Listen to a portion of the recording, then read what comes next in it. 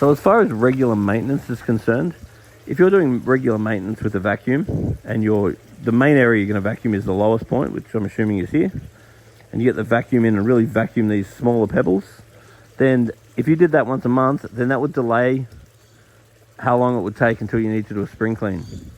Now, if you never did vacuuming, then you would have to do a spring clean more regularly. I would probably say at least once a year. If you did the vacuuming regularly, you may be able to either not do the spring clean or do the spring clean much less often.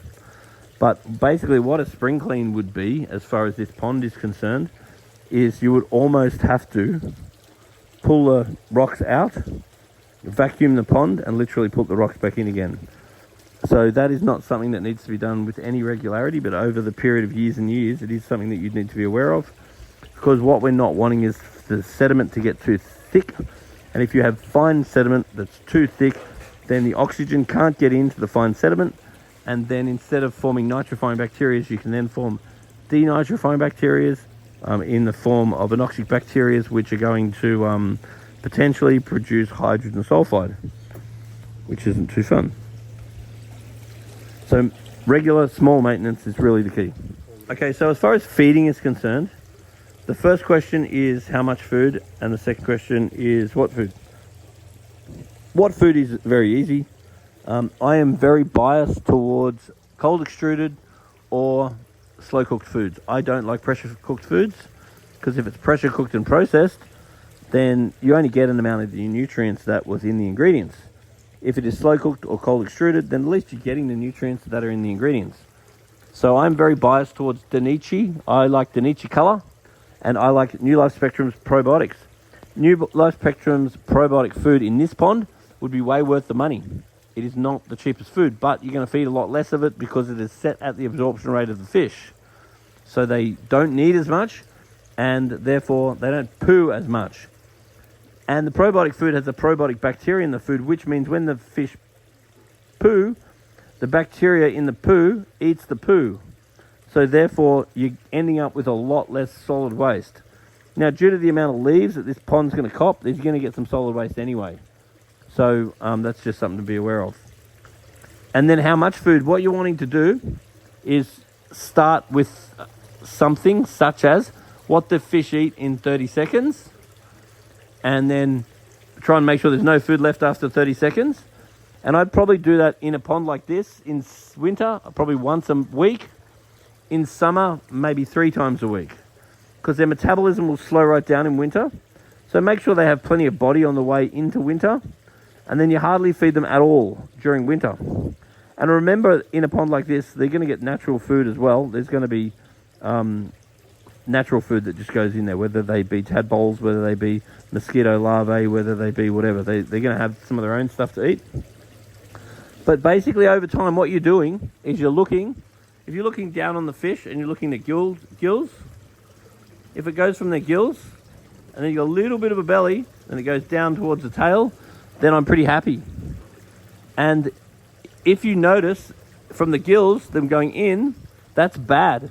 That means you are not feeding enough. So therefore, you then have to up what you're doing a little bit. So whether that means you feed an extra day a week, or whether that means that you feed more, then obviously what you're doing has to change. Now, the other thing to be aware of is if your small fish are getting skinny and your big fish are fat, then obviously you need to introduce smaller size pellets. If your big fish are getting skinny and your small fish are fat, then you need to introduce larger size pellets. So varying the size of the pellet is going to be a variable, and also looking at what foods sort of get lost within these rocks. So floating foods are fairly ideal, but if you just go dump a whole handful of floating food in, then the food's just going to go around and end up back down in the filter. So what you could do with the floating food is use a feeding ring. So see here, we've got this floating plant here. If we pull the plant out, that's actually a perfect feeding ring. So if we put the feeding ring down, we put the floating food in the feeding ring, therefore the fish actually have an opportunity to feed straight out of the feeding ring, as opposed to the food getting run down there. And the feeding ring is going to do a couple of things. It'll help with your relationship with the fish because they'll know where they come for the food. But also, it's going to concentrate the food in one section, so everybody knows to come here to get the food. You really want to train your fish that all the food is going in exactly the same place at exactly the same time. So your fish all run over, they all grab the food. You don't want them running around looking for the food because then they're more likely to miss it and it's more likely to go down there. And we really want to be feeding the fish. We don't want to be feeding the filter. So over time, if we notice the fish skinny, we need to feed more of what's going to work for that fish. If we notice the fish fat, we need to feed less of what happens to that fish. And remember that biologically, everything takes time to change. So if you have biologically changed an input, such as food, then you're going to wait 1 to 3 months to see a difference. Nothing biological works quickly. Like you don't plant a seed and then come back looking tomorrow for your tree. Everything takes time. So ultimately, how much food do you feed is governed by the results of the fish.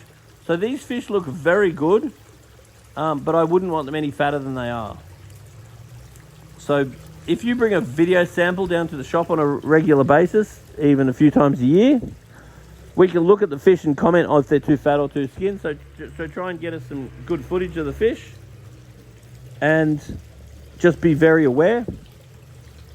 But we don't want them too fat, we don't want them too thin, and then we want to feed good quality foods, and we want to feed foods in a medium that they're actually going to get. And the other thing you can do is create a feeding station. So to create a feeding station, let's say that we got a 3-litre plastic bottle. We cut a hole out of the side of the 3-litre plastic bottle. We lower that into the pond. We add some sinking pellets in the bottom of the 3-litre plastic bottle. The fish can swim into the bottle, have a grab, blah, blah, blah, blah, and then swim out again. So trying to deliver the food to the fish in a way that the fish can actually eat them is the king. Now we have a koi here that's floating around. If you give that koi a prod, it goes and swims around again.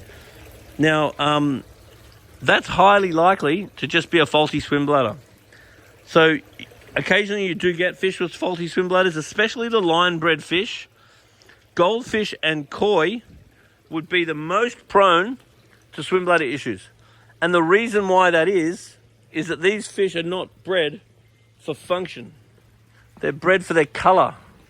So if you're focusing on the colour of the fish, then all of your genes are paired, which means that when you're focused on one aspect, there are other aspects that you're also breeding into dominance that you don't know, understand, or necessarily like.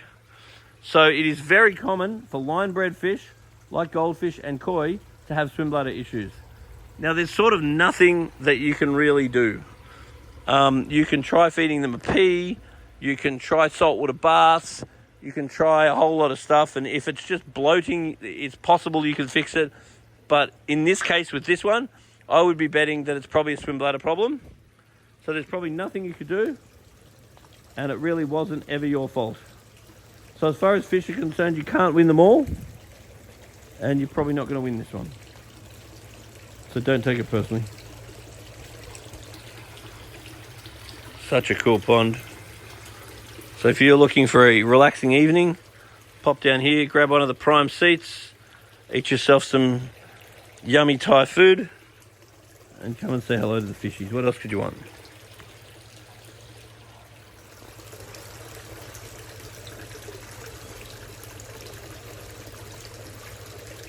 Yeah, so the food going in under those pebbles is not ideal, but That's the sequence. oh really? Yeah. And now he's swimming along fine. That's what I mean.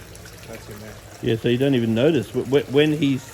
So obviously when he's swimming, his swim bladder is not bothering him too much. It's when he's resting, his swim bladder, because he's not in motion, then his swim bladder is not in the right place. So the swim bladder is like a little bag of gas. And if that gas is not sitting exactly where it's meant to be, then that can cause him to sort of like lob over to the side. So the ones with swim bladder issues don't tend to live forever, but you can be amazed how long they live for. And there's sort of nothing you can do about it anyway, so you've got to decide whether it's worth having it in there though, because for the amount of people who are going, excuse me, your fish is dead. So it's probably not, this isn't the ideal place to have a fish with a bung swim bladder. If it was your own garden pond, there's no reason to do anything with him. But if it's in a public space, then some people will get distressed. And we want people to have a nice relaxing, not freak out about a fish that you can't do anything about. What a cool pond. The other thing is, if we are coming on a fairly regular basis, one of the best things to do if you're getting algae is actually turn the rocks over. So like, for example, let's say you're in the pond and you're mucking around, then that rock there, if you just turn it over, then it will be clean on the other side. Because what we don't want is the algae embedding too much. So in the places where possible, we grab the rock, switch it over, jam it back in again, because obviously the cascade effect of this is going to be an interesting and forever challenge. The price of looking good. Now, if you're getting string algae, then from this outline, you could think about putting an anode, which is like a filter, and it plugs into the electricity, and it uses like copper or something to kill the spores of the string algae, and it actually works because the string algae won't really be killed by the UV. The UV will kill what's in the water, but doesn't tend to kill the string algae. But these anodes, these anode filters that you can put in line, they do tend to. So other products like barley straw products help to reduce string algae. And then if you do experiment with various string algae, algicides and so forth, then some of them are actually quite effective.